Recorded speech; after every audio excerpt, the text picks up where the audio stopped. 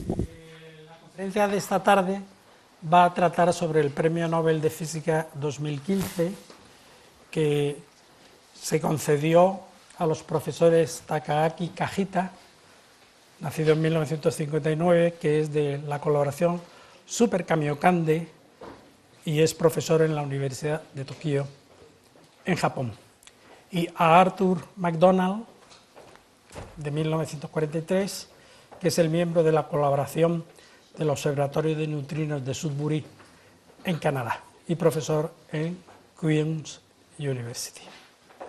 Y la Real Academia Sueca decidió conceder el Premio Nobel de Física por el descubrimiento de las oscilaciones de neutrinos que muestran que los neutrinos tienen masa.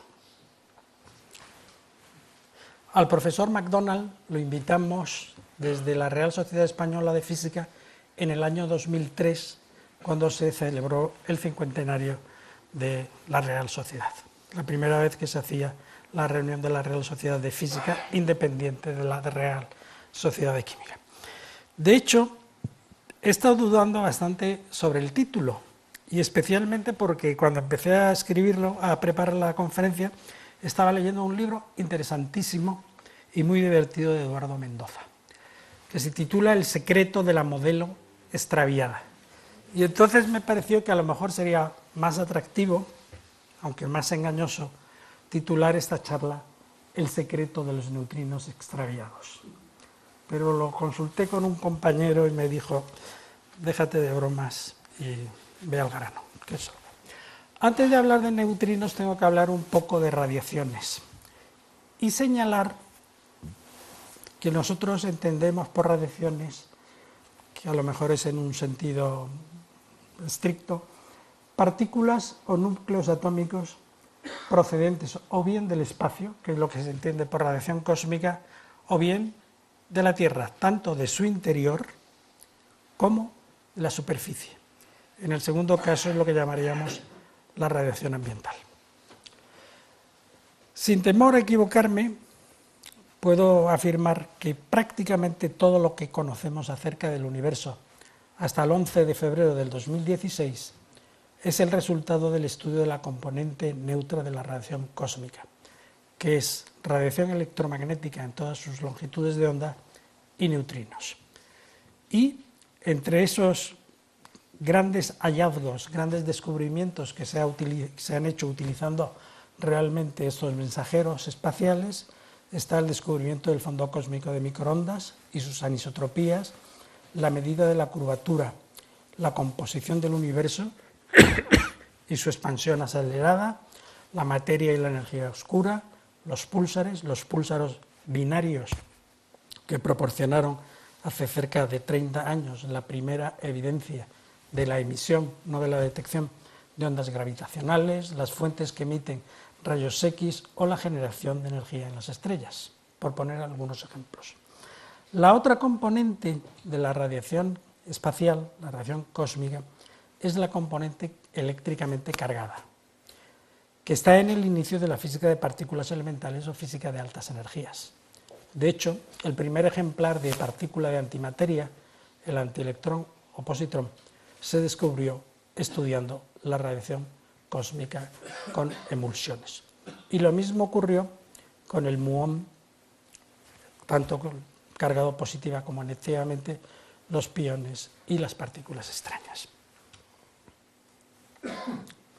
He dicho hasta el 11 de febrero de 2016, porque ese día es cuando se hizo la presentación de la observación de las ondas gravitacionales, resultado de la fusión de un sistema binario de agujeros negros. Esto se hizo, como yo creo que todo el mundo conoce, en los observatorios LIGO de interferometría, tanto en la zona de Washington como en la zona de Luisiana. Y esto, como me imagino que casi todo el mundo está relativamente familiarizado, pues estas son algunas de las imágenes que se han hecho muy populares, el momento en donde el sistema binario empieza a orbitar a alta velocidad, reduciendo su separación, el momento en donde se inicia la fusión y instantes después que se ha producido la fusión, que es lo que se llama ring down o apagado. Y estas son, a mi entender, las dos personas que han sido esenciales en este descubrimiento, que han sido Rainer Weiss, de Caltech, que es la persona que durante 40 años ha estado desarrollando y mejorando hasta límites insospechados el sistema de interferometría, y Kip Thorne, del Massachusetts Institute of Technology, que es el que ha dirigido en buena medida el análisis de los datos registrados. Y esto es unas fotos en donde, para ilustrar los sistemas de láseres, que juegan un papel fundamental, y las masas de test, en donde se reflejan los láseres, y en función de lo que se llama el estallamiento gravitacional, que es del orden de una milésima parte del tamaño del protón, esto es 10 elevado a menos 18 metros, pues es lo que se ha medido en este experimento. Y estos son los resultados, sobre los que no me voy a extender, porque creo que se han visto ya con bastante detalle, explicado por personas que conocen esto mucho mejor que yo. He dicho que en la radiación cósmica hay partículas, hay núcleos cósmicos, hay neutrinos y hay radiación electromagnética. Neutrinos hay muchísimos, y de hecho cada persona de tamaño natural normal es atravesada cada segundo por del orden de 600 billones de neutrinos procedentes del proceso de fusión termonuclear que genera la energía del Sol. 50.000 millones de neutrinos procedentes de la radioactividad natural, 10.000 millones de neutrinos producidos en reactores nucleares, dependiendo de a qué distancia nos encontremos, y miles de neutrinos secundarios procedentes de la radiación cósmica, que es fundamentalmente protones y núcleos de helio, que cuando inciden sobre la parte alta de la atmósfera generan una serie de cascadas, y estas cascadas de partículas en su fase final son fundamentalmente piones. Estos piones en su desintegración generan neutrinos secundarios. Además, el volumen de una persona contiene del orden de 10 millones de neutrinos remanentes del Big Bang, y una persona emite 4.000 neutrinos por segundo procedentes de la desintegración del potasio 40 en nuestro cuerpo. O sea que hay muchos neutrinos. Los neutrinos son unas partículas muy peculiares, realmente partículas fantasmas, porque son partículas que no tienen carga eléctrica y que no forman parte de la materia ordinaria. Cuando miramos, escudriñamos la materia hasta las escalas más pequeñas, que es la escala del orden de 10 elevado a unos 18 metros, ahí no encontramos neutrinos, encontramos quarks. Y a escalas mayores, obviamente, encontramos electrones. Sin embargo, los neutrinos interesan a mucha gente. De hecho, les debería interesar a todo el mundo. En particular porque si no hubiera neutrinos, las estrellas no brillarían. El estudio de los neutrinos procedentes del Sol o de cualquier otra estrella fue una labor en la que intervinieron físicos tan prestigiosos como Eddington, Perrin, Gamow, Teller, Weizsäcker, Fowler y Bethe. Y estos establecieron que realmente el mecanismo para generar energía en el interior de las estrellas es un mecanismo de fusión termonuclear en donde intervienen 4 protones que se fusionan formando núcleos de helio. Y para los físicos, pues es también un tema extraordinariamente interesante. Yo diría que probablemente es hoy el tema más interesante en física de partículas elementales. Porque los neutrinos pueden ofrecer información sobre las leyes fundamentales de la naturaleza y la evolución del universo, pero también sirven como mensajeros de fuentes astrofísicas. Aparte de la radiación cósmica neutra, que es fundamentalmente la radiación electromagnética, están estos mensajeros que tienen una ventaja sobre la radiación cósmica electromagnética o la radiación cósmica cargada, es que su movimiento en el espacio no se ve afectado por los campos magnéticos. Por lo tanto, reconstruyendo su dirección, podemos saber de dónde vienen y identificar cuáles son las fuentes que generan estos mensajeros. Como soy físico de partículas elementales, pues voy a hablar un poquito de por qué son interesantes en relación con las leyes fundamentales de la naturaleza.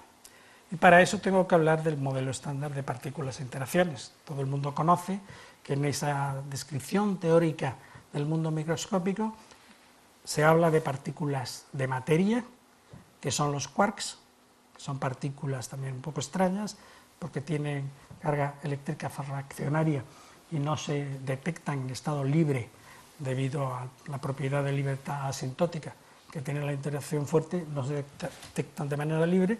Y luego están los leptones, que hay de dos categorías: el electrón, con el que estamos muy familiarizados, el muón y el tau.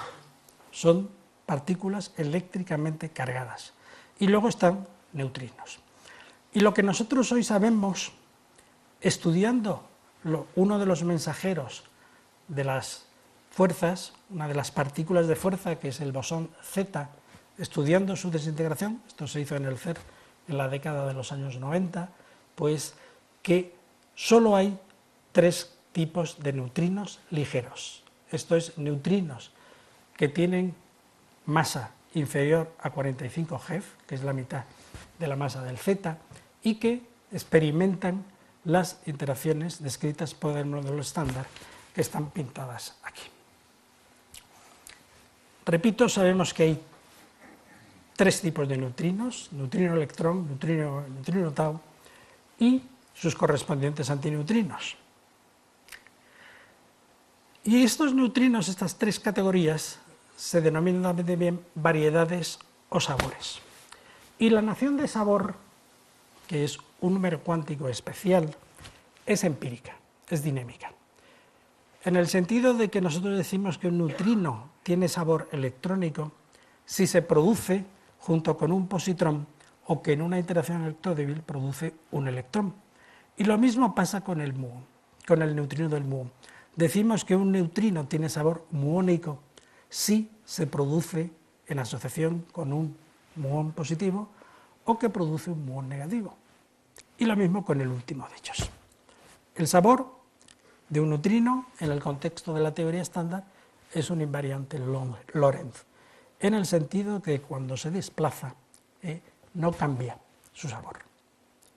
No hay 2 neutrinos idénticos o 2 antineutrinos idénticos.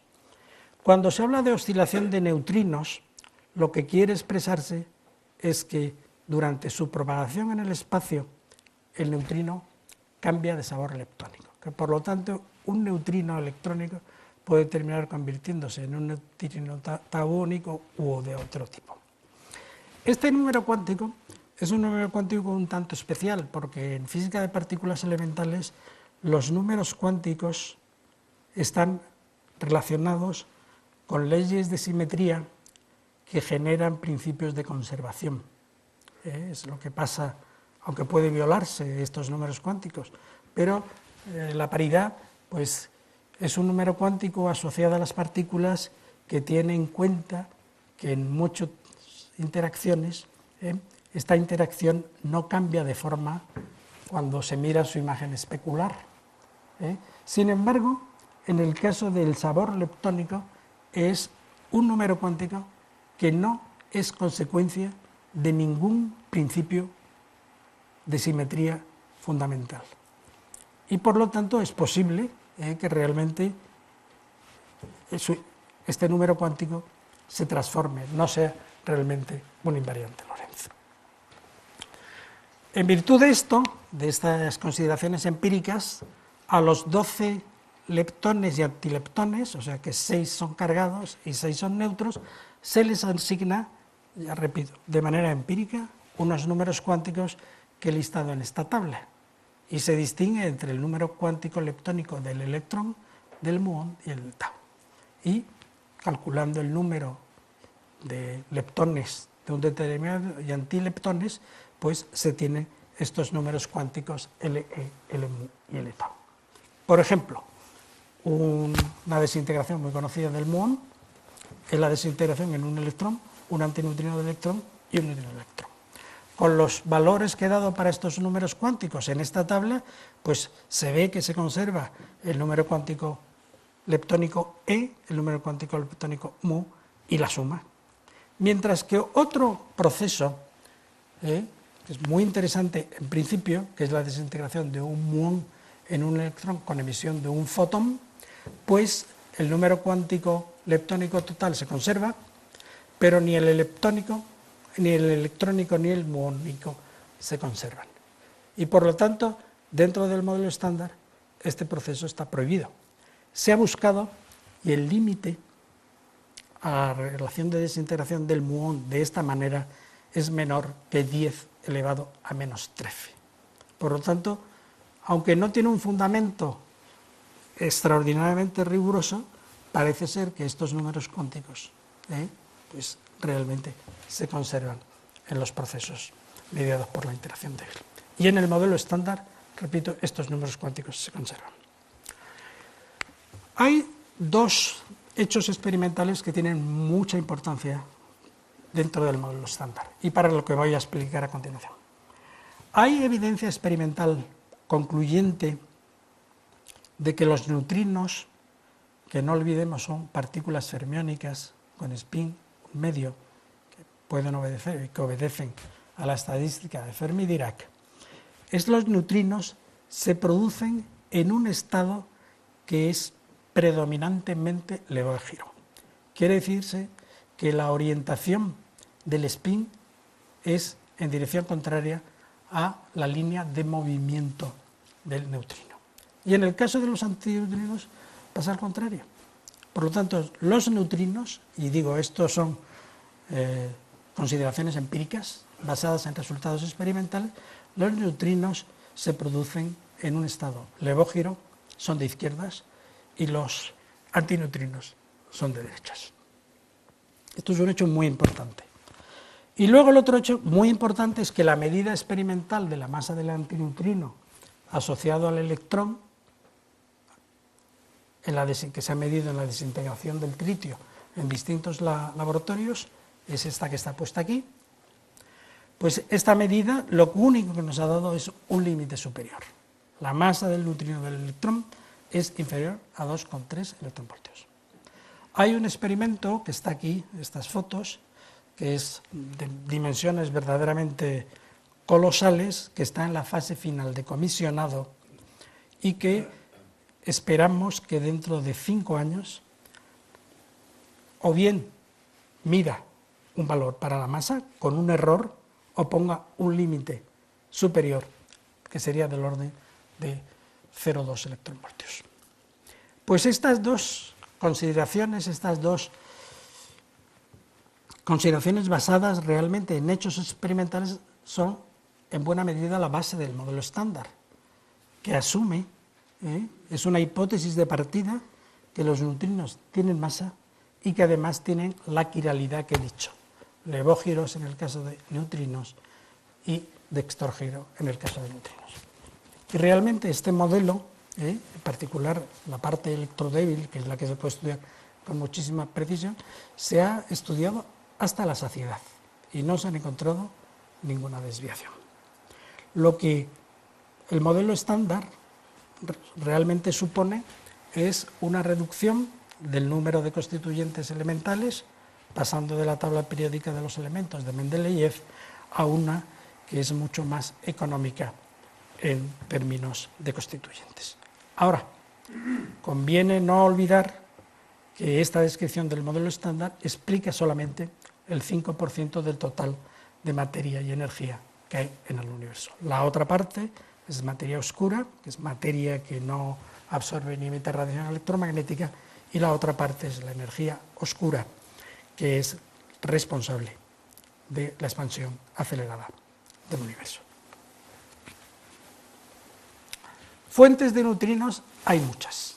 Lo que llamaríamos fuentes naturales, el Big Bang, la supernova, el Sol, los geoneutrinos procedentes del centro de la Tierra, las cascadas atmosféricas que en la fase final generan neutrinos electrónicos y muónicos, las galaxias, en donde se han medido en el experimento de la Antártida Ice Cube hasta neutrinos con una energía superior a los 30 teraelectronvoltios. El cuerpo humano, como ya he dicho anteriormente, produce 340 millones de neutrinos al día de baja energía, y esto ha llevado a un amigo mío, que es físico de neutrinos, trabaja en el CNRS en París, a preguntarse, una vez que hayamos pasado a mejor o peor vida, ¿a dónde van los neutrinos? ¿Van los neutrinos al paraíso o dónde se quedan? También hay unas fuentes de neutrinos que se han estudiado.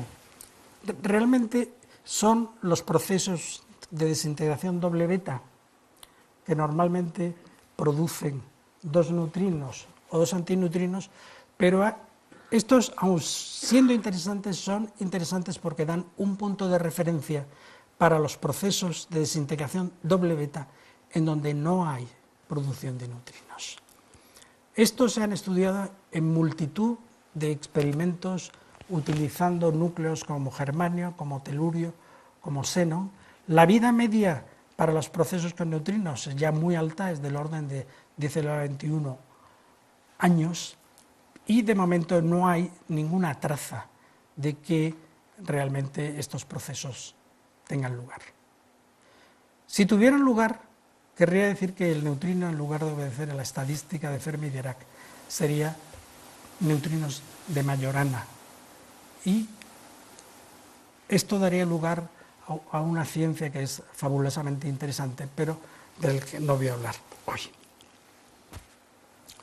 Y luego están las fuentes artificiales de neutrinos. Yo tendría que haber hecho un disclaimer al principio de la conferencia, porque yo he trabajado poco en neutrinos, y a diferencia de lo que le pasaba a Oscar Wilde, que decía que él solo estaba contento cuando hablaba de cosas que desconocía profundamente, yo tengo una cierta reserva de hablar de cosas que no conozco en gran detalle. Pues una de las fuentes artificiales más utilizadas es la producción de neutrinos en aceleradores. Es una tecnología que empezó a desarrollarse a principios de los años 80. Y aquí he puesto un ejemplo de un proyecto que era la construcción del haz de neutrinos del Gran Sasso. Los neutrinos de tipo muónico se producían en el CERN, y estos neutrinos viajaban subterráneamente hacia el laboratorio italiano de Gran Sasso, y allí se miraban y se estudiaban sus propiedades. Y de hecho, yo tuve que trabajar en este proyecto que decidió de manera un tanto insensata el ministerio de turno, porque España decidió poner una cantidad escandalosa de dinero para aquellos tiempos, y hubo que buscar que llegara a un acuerdo con el CERN para que ese dinero se gastase en instrumentación en España, y se logró con bastante buen resultado, ¿no? Pues en este experimento, en el Gran Sasso, se instalaron dos detectores, uno, Icarus, que dirigió su construcción Carlos Rubbia, premio Nobel de Física en el año 84, y Opera. Icarus nunca logró su objetivo de identificar los neutrinos tau, que era el resultado final de este experimento, la transmutación de neutrinos muónicos a neutrinos del tau. Sí lo consiguió Opera, que después de 6 años identificó media docena magníficos candidatos de interacciones producidas por neutrinos de tau. Opera, por otra parte, ya conocéis que fue el experimento que desdichadamente creyó que había medido que los neutrinos viajaban a una velocidad superior a la de la luz en el vacío. Y luego está en el otro proyecto en donde yo trabajé en sus inicios, es la utilización de los reactores nucleares.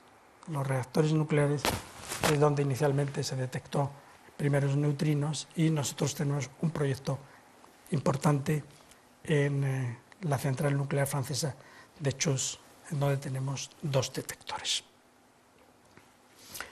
En una transparencia anterior he señalado las energías, aquí están los rangos de energías de los distintos tipos de fuentes.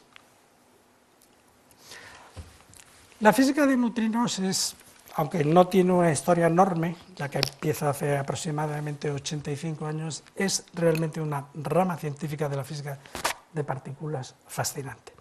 Y os ruego que no os asustéis, no voy a hablar de todo esto, sino de los hitos que dieron lugar al reconocimiento por premios Nobel de física. La mayoría de estos experimentos lo que han intentado es medir o bien propiedades intrínsecas de los neutrinos, intentar medir sus propiedades y también sus propiedades dinámicas, ¿no? Pero como suele ocurrir muchas veces en ciencia, cuando se produce un gran descubrimiento, este descubrimiento se puede utilizar luego como herramienta para propiciar el descubrimiento de otros fenómenos. Y eso es particularmente emblemático en el caso de los neutrinos, porque una vez que se descubrieron los neutrinos y se supo cómo construir haces de neutrinos intensos, el estudio de la materia bombardeada por estos haces de neutrinos intensos desveló la existencia de un proceso nuevo, que no estaba en la teoría de Fermi, original de las interacciones débiles, que son los procesos mediados por corrientes neutras. Y esto fue el hecho experimental que a principios de los años 73 le dio realmente un empuje, un apoyo extraordinario al modelo estándar de Glashow-Weinberg-Salon. Y utilizando estos haces de neutrinos es cuando se pudo medir que la carga de los partones en el interior de los nucleones, que se habían propuesto 4 o 5 años antes, tenían carga fraccionaria, que estos partones eran realmente los quarks que había predicho Gell-Mann-Zweig en 1964. ¿Cómo surge la idea de neutrino? Pues la idea de los neutrinos surge poco después de que se descubra los rayos X, eso fue en 1895 por Röntgen, y luego inmediatamente pues, Becquerel y los Curie descubrieron la radioactividad en sales de uranio. Y durante unos años se estudió muchísimo la radioactividad, tanto natural como la radioactividad inducida.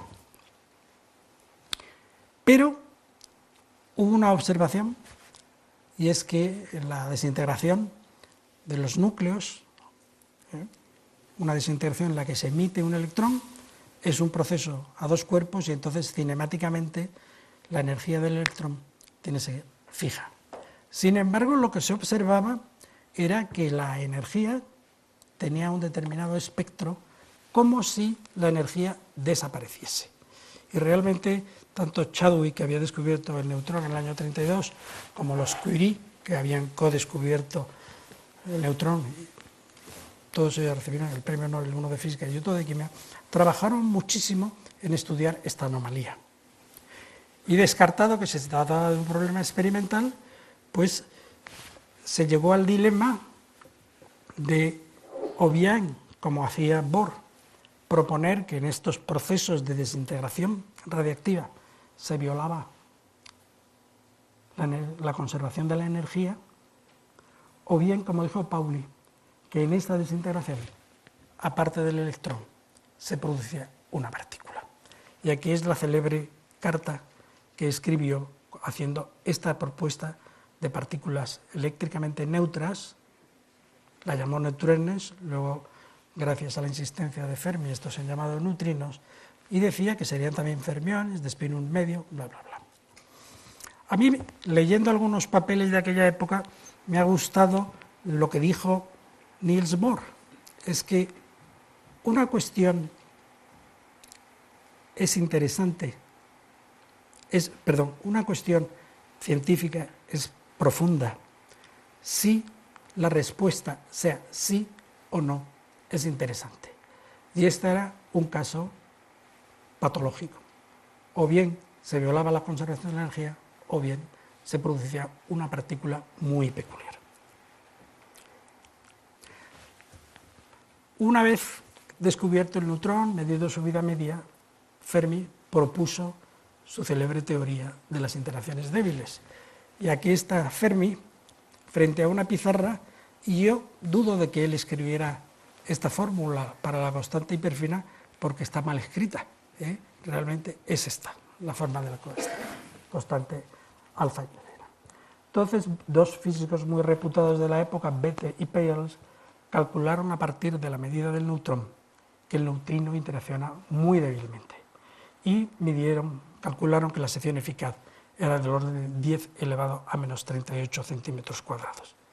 Para una persona de 80 kilos y que viva aproximadamente 80 años, solamente un neutrino, y ya he dicho al principio que realmente hay muchos neutrinos, solamente un neutrino interacciona con sus tejidos.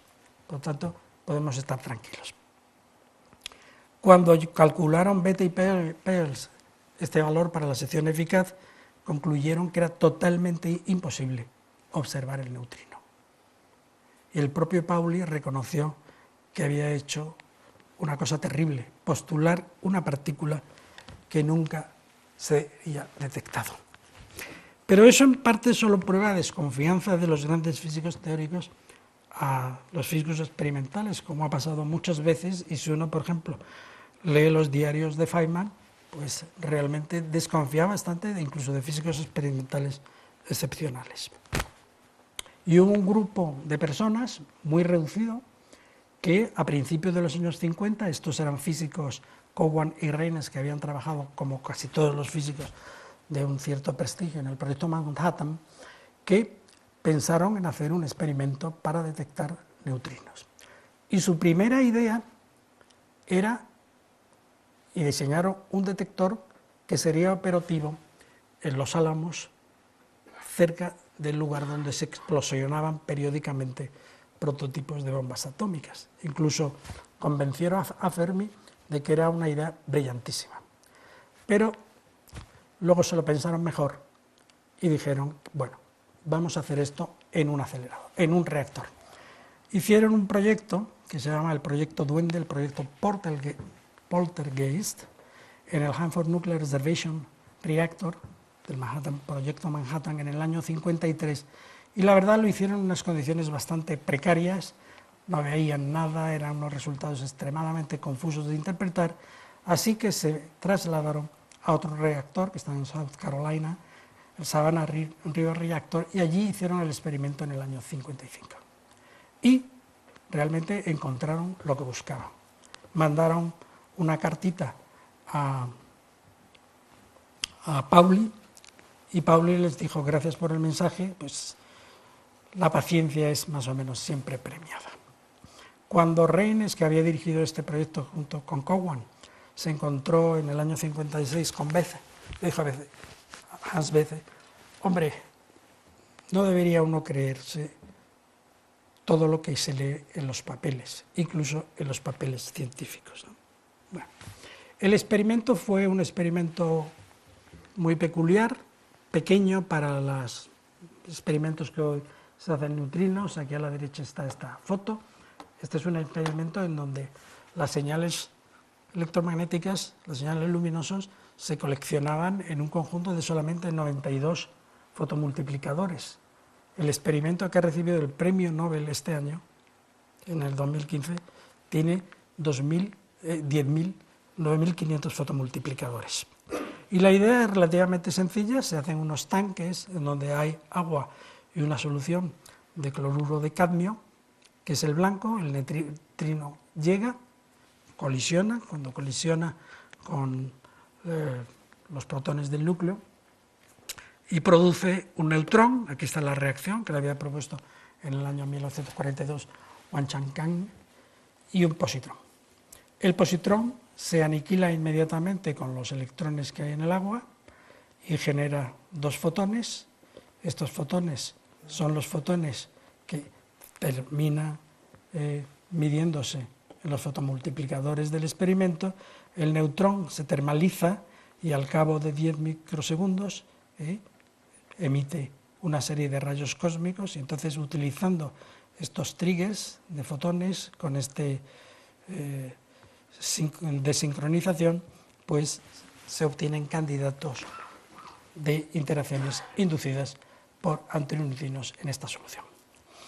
Estos experimentos, este experimento y otros que siguieron, fueron factibles a principios de los años 50, porque es que es a principios de los 50 cuando en Alemania se descubren los centelladores orgánicos líquidos, que ha sido la base para toda la experimentación que ha querido utilizar esta reacción, que se llama reacción inversa beta, en reactores, en experimentos en reactores.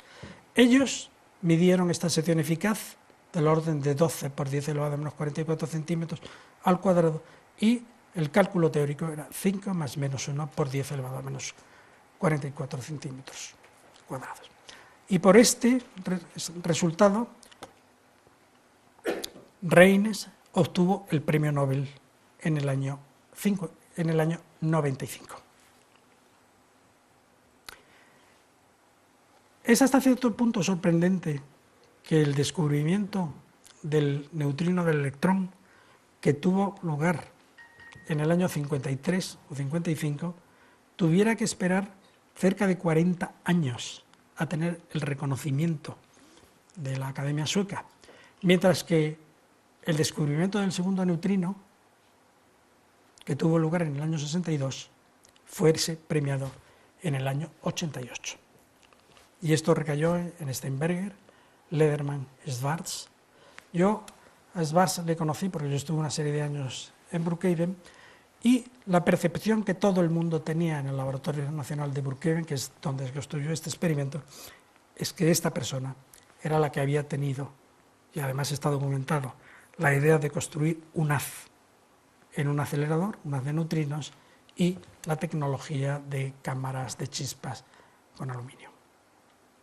Y aquí está Jack Steinberger y Leo Lederman. Leo Lederman descubriría en el 77 el quark B, por lo tanto hubiera ganado de todas maneras un premio Nobel. Y en el caso de Jack Steinberger, pues que aunque es un físico glorioso, pues la cosa está un poco menos clara. La idea era construir a partir de una de protones de 15 gigaelectronvoltios en el Laboratorio Nacional de Brookhaven, hacerlos incidir con berilio. Este berilio, en esta colisión se producen muchos piones, estos piones se desintegran en muones y neutrinos y antineutrinos según la carga eléctrica, y estos muones son los que se hacen incidir tras filtrarse por un bloque de hierro de 14 metros con el instrumento que construyó Marvin Schwarz. Y lo que observaron es que realmente lo único que se observaba en estas cámaras de chispa eran muones y ningún electrón. Y por lo tanto, realmente los neutrinos que se producen asociados al muón, en el momento de que interaccionan, solo producen muones. Y esto es otro de las cuestiones que he mencionado al mismo tiempo cuando hablaba de la introducción de los números cuánticos leptérios. Aunque el experimento del Laboratorio Nacional de Brookhaven, el experimento de Steinberger, Lederman y Schwarz, es considerado experimento pionero en experimentos con haces de neutrinos producidos en aceleradores de partículas, lo cierto es que Bruno Pontecorvo, un físico que tiene una biografía que no entiendo cómo su hermano, el famoso cineasta Gilles Pontecorvo, no la llevó a la pantalla, este hombre desde los años 40, mitad de los años 40, que se había exiliado desde Italia, porque era estudiante de Fermi, a Moscú, este realmente produjo una cantidad de propuestas relacionadas con la física de neutrinos verdaderamente excepcionales. Fue el que hizo la propuesta del método radioquímico de detección de neutrinos y fue el que predijo que iba a haber dos tipos diferentes de neutrinos, uno asociado al electrón y otro asociado al muón, y el que hizo la propuesta primera para construir haces de neutrinos en aceleradores, y de hecho construyó uno en Dubna, pero era un acelerador donde los protones solo podían ir a 3 gigaelectronvoltios. En Brookhaven se iba hasta 30. Este fue el segundo premio Nobel de los 3 que ha habido anteriores al 2015, y este tercero se concedió en el año 2002 a Raymond Davis de Brookhaven y a Koshiba de la colaboración Kamiokande en aquella época. Y la justificación era por contribuciones pioneras a astrofísica, en particular a la detección de neutrinos cósmicos, descubrimientos que se pueden fichar fechar en 1968 y en 1985. 1968 es el caso de Davis. A Davis yo lo conocí en Estados Unidos cuando estuve en Brookhaven, porque pasaba muchas noches trabajando, haciendo sus cálculos, y alguna que otra noche me explicó lo que estaba haciendo y mi conclusión es que aquello nunca funcionaría. La idea suya era utilizar lo que había propuesto Pontecorvo y John Bacall, utilizar el proceso de captura en clorín, en este centellador, en esta solución que se utiliza muchísimo en tintorería, capturar neutrinos del electrón, producir un electrón y argón 37. El umbral para hacer esta reacción son 0,8 MeV. De hecho, Raymond Davis lo primero que quiso es hacer este experimento en reactores, cerca de un reactor, y en particular fue el sitio donde estaba haciendo Reines el experimento, en el Savannah Reines Reactor. Y a pesar de que era un hombre extraordinariamente cuidadoso y un radioquímico muy reputado, no encontró nada. Y le convenció un físico teórico, John Bacall, que lo que debía hacer es intentar mirar y tratar de identificar neutrinos solares. Y este es el experimento que finalmente instaló en la mina Homestake, en Dakota del Sur. Y lo que tenía en mente es el cálculo que se hizo: si este proceso tiene lugar inducido por los neutrinos que proceden del Sol, pues va a encontrar un átomo de argón 37 cada 2 días en los 2 por 10 elevado a 30 átomos en cloro. Hoy sabemos por qué tuvo suerte con los neutrinos y no tuvo suerte por los reactores. Porque en un caso, en el caso de los reactores, como he puesto antes en la transparencia, se producen antineutrinos, mientras que en el caso de los neutrinos solares, en ese proceso de fusión termonuclear, se producen neutrinos. Esto es una simplificación. De hecho, la razón por la que en un caso se ven y en otro no se ven es un poco más sutil y tiene que ver, sobre todo, con la quiralidad de los neutrinos y antineutrinos. Ya he dicho, la física solar se estrena con estas personalidades que realmente son los que proponen que esta es la interacción, la reacción que da lugar a neutrinos de origen solar por la fusión de 4 núcleos de hidrógeno, producción de un núcleo de helio, 2 electrones, 2 neutrinos y una energía máxima disponible de hasta 25 megaelectronvoltios. Estos neutrinos, que se producen en el interior del Sol, tardan del orden de unos 2 segundos para alcanzar la superficie y 8 minutos para llegar a la superficie de la Tierra. A pesar de todo el trabajo que se ha hecho desde hace casi un siglo, hay muchísimas cuestiones en física solar que no voy a mencionar, pero que son interesantes. Aunque estos señores hicieron un trabajo espectacular, el detalle de la cadena de producción de neutrinos en este proceso termonuclear la hizo John Bacall. Y aquí están las energías máximas para las distintas ramas de la cadena termonuclear. Y esto tiene mucha importancia a la hora de diseñar experimentos. Pues el experimento de Davis lo que midió es que en unidades específicas es que lo que llegaba del Sol era 2,56 más menos 0,16 más menos 0,16, mientras que el modelo de John Bacall pues daba casi un factor, más de un factor 3 más.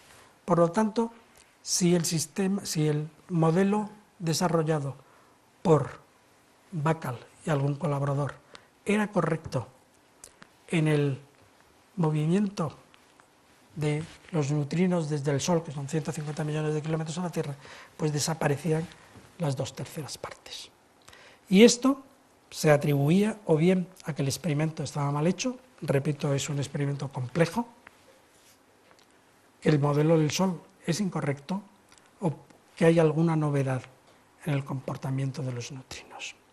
La primera de estas hipótesis se descartó cuando dos experimentos, uno en el Gran Sasso en Italia y otro en el lago Baksán, en la mina Baksán en Rusia, utilizando, en lugar de cloro, utilizando galio, hicieron esta misma medida. Obtuvieron resultados compatibles e incompatibles en un factor 2 con el modelo estándar del Sol. Y a este déficit entre la predicción del modelo estándar del Sol y lo observado es lo que se llama el problema del déficit de los neutrinos solares. Al mismo tiempo, en 2002, se le concedió el premio Nobel a Koshiba. Koshiba, que está aquí en esta foto y está aquí con su grupo de samuráis, entre los que se encuentra Teka, que en aquella época tenía 20 o 22 años, y que es la persona que ha recibido el galardón del premio Nobel en el año 2015. La idea, que no es solo de Koshiba, es también de Maurice Goldhaber, un gran físico atómico que yo le conocí en Brookhaven, y que de hecho fue la persona que hizo los experimentos estos de física atómica que midieron la quiralidad de los neutrinos. La idea era construir un detector muy masivo para estudiar la desintegración del protón, porque a final de los años 70 estuvieron de moda estas teorías de gran unificación, las teorías GATS, y estas teorías predecían que el protón sería una partícula inestable y que su vida media sería del orden de unos 10 elevado a 30 años. Y de hecho, el nombre de Kamiokande, que es el nombre de este experimento y de esta colaboración, es Kamioka, que es la mina donde está instalado el detector, Nucleon, protón es un núcleo, Nucleon Detector Experiment. Ahora Kamiokande se interpreta como Kamiokande Neutrino Detector, pero en el origen era un experimento para medir la inestabilidad del protón. La idea es relativamente simple: un neutrino procedente o bien de las cascadas atmosféricas o del Sol, si llega a un gran volumen de agua, va a sufrir una interacción del tipo de corriente cargada, y en esa interacción se va a producir una partícula cargada que en agua sufrirá el efecto Cherenkov, y midiendo las propiedades de los círculos de Cherenkov se puede medir su carga eléctrica, se puede medir la dirección de procedencia y se puede medir la masa. El primer experimento era solamente 3 kilotoneladas. El segundo experimento, que es el que gana el premio Nobel este año, son 50.000 toneladas, y los japoneses no se andan con chiquitas, están pensando en hacer un experimento que se llama Hiperkamiokande, y lo que tendrá será 1 millón de toneladas. Y en esto pues era del orden de 11.000 fotomultiplicadores. En estos experimentos, para resumir, primero no observaron la desintegración del protón, pusieron ciertos límites, observaron porque es un detector direccional que permite saber de dónde llegan los neutrinos, observaron los neutrinos solares a través de la interacción de los electrones del agua, observaron los antineutrinos procedentes de la supernova 1987A, en 1986, hicieron la primera observación de las anomalías en el flujo de neutrinos atmosféricos. Y estas son algunas fotos, voy a ir un poco rápido.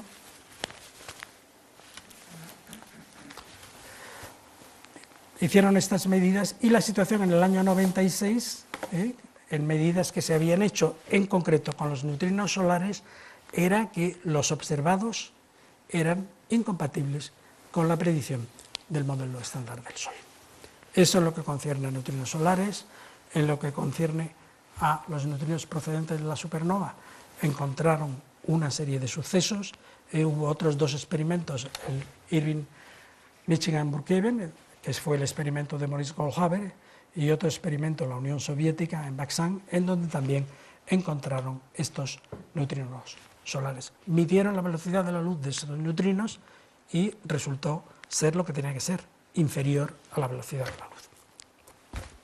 También midieron los neutrinos atmosféricos y podían medir, midiendo la dirección, los que venían desde la parte de arriba del detector y desde la parte de abajo, y estudiaron esa simetría. En números globales se dieron cuenta que para los neutrinos electrónicos pues había más o menos acuerdo entre la predicción y los datos, mientras que gran parte de los neutrinos muónicos desaparecían. Y midieron realmente la dependencia en función del ángulo, y también ahí encontraron las célebres anomalías. En particular, en este caso, lo esperado es esto, y lo que se observa pues, es un efecto de 6 desviaciones estándar. Y ya estamos prácticamente terminando, porque en breves minutos voy a resumir el experimento que ha sido premiado en 2015, 2 experimentos, y luego la matemática, que es trivial, de las oscilaciones de neutrinos. Esta ha sido la persona premiada, y esta es la persona que yo creía antes del 2008 que iba a recibir el Premio Nobel de Física. Y cuando me he enterado de esto, me ha recordado una cosa que le ocurrió, una anécdota que presencié cuando a Jack Steinberger le dieron el Premio Nobel de Física en 1988. Él, desde mitad final de los 60, era físico del CERN. Yo lo he tratado mucho, le invité la primera vez que vine a España a venir a nuestro Winter Meeting, y se acercó una periodista que, con ese desparpajo que tienen los periodistas, le preguntó: pero profesor Steinberger, ¿qué es lo más importante que un físico tiene que hacer para que le den el premio Nobel? Dice: cuidarse mucho, y sobre todo tener mucha mejor salud que los competidores y sobre todo de los colaboradores. Pues esta persona, y en el otro caso del premio Nobel del 2015 ha pasado lo mismo, es la persona que realmente rehizo el experimento a lo grande, pasando de 3.000 toneladas a 50.000 toneladas, y más aún, cuando en el año 2001 hubo una implosión de los fotomultiplicadores, son fotomultiplicadores Hamamatsu de lo de 50 centímetros de diámetro, cuando se produjo esa implosión, él aseguró que en 2 años el experimento estaría reconstruido. Y aquí está la fase de reconstrucción, y fue la persona que realmente dirigió el análisis de los datos sobre las oscilaciones de los neutrinos atmosféricos. Diferencia entre el flujo que llega desde la parte superior o que viene desde la parte atravesando toda la Tierra. Pero Totsuka no solo hizo esto, sino que es que fue la primera persona que hizo un experimento de los que se llama The Long Baseline. Hacer un acelerador, utilizar un acelerador, producir unas de neutrinos, propagarlos y estudiarlos, en este caso a 250 kilómetros. Esto se hizo, empezó a funcionar en el 2002. El del CERN, el de CNGS, el del Gran Sasso, ha empezado a funcionar en 2006. Y en este experimento es donde por primera vez se hizo una medida relativamente precisa de las diferencias de masas de los neutrinos. Bueno, hizo muchas más cosas, no me voy a entretener, pero realmente, y además es causa común de que si Totsuba hubiera superado su enfermedad hubiera sido premio Nobel. Y el otro premiado es McDonald, y en este caso hay también un fenómeno similar. La idea del experimento la tuvo Chen, Herbert Chen, que murió con 45 años. Y es que fue totalmente novedoso. Esta es foto de Chen y esta es la construcción, fotos de la construcción de este grandísimo detector. La idea, en lugar de utilizar agua, era utilizar agua pesada. Y realmente en esta cámara clínica de 12 metros de diámetro hay del orden de 1.100 toneladas y 9.600 fotomultiplicadores. La idea de Herbert Chen era que si se utiliza deuterio se puede medir 3 interacciones de los neutrinos que proceden del Sol o que proceden de la atmósfera. Se puede medir la difusión elástica, se puede medir el proceso mediado por una corriente cargada y se puede medir en la interacción en deuterio. Este proceso es capaz de medir neutrinos de todo tipo, neutrinos electrónicos, muónicos y tautónicos. Este proceso es sensible solamente a neutrinos electrónicos. A partir de aquí, yo puedo medir realmente cuál es el flujo incidente de neutrinos electrónicos procedentes del Sol. Y este, aunque vale para todo tipo de neutrinos, realmente el más importante, cuando se hace el cálculo, es el generado por neutrinos electrónicos, casi una orden de magnitud que el generado por neutrinos muónicos. Pues estos hicieron este experimento y el resultado final es que el flujo medido de neutrinos electrónicos, que ellos lo pueden identificar, cuáles tienen el sabor neutrino muónico electrónico en la interacción, es 1/3 del total. Y como tienen el proceso que es insensible al sabor de los leptones, que es el proceso mediado por la corriente neutra, pues pueden medir el flujo total. Y el flujo total que ellos midieron era compatible, 5,8, esta es la mejor medida, 5,3, compatible con el valor de 4,95. En conclusión, este experimento es el experimento que probó que los neutrinos no se pierden, cambian de sabor leptónico. Para detectarlos hay que tener detectores que sean sensibles a las 3 variedades y que el modelo estándar del Sol es correcto. ¿Cuál es la matemática de la oscilación de los neutrinos? Muy sencilla. Lo voy a ilustrar aquí para el caso de 2 neutrinos en lugar de 3.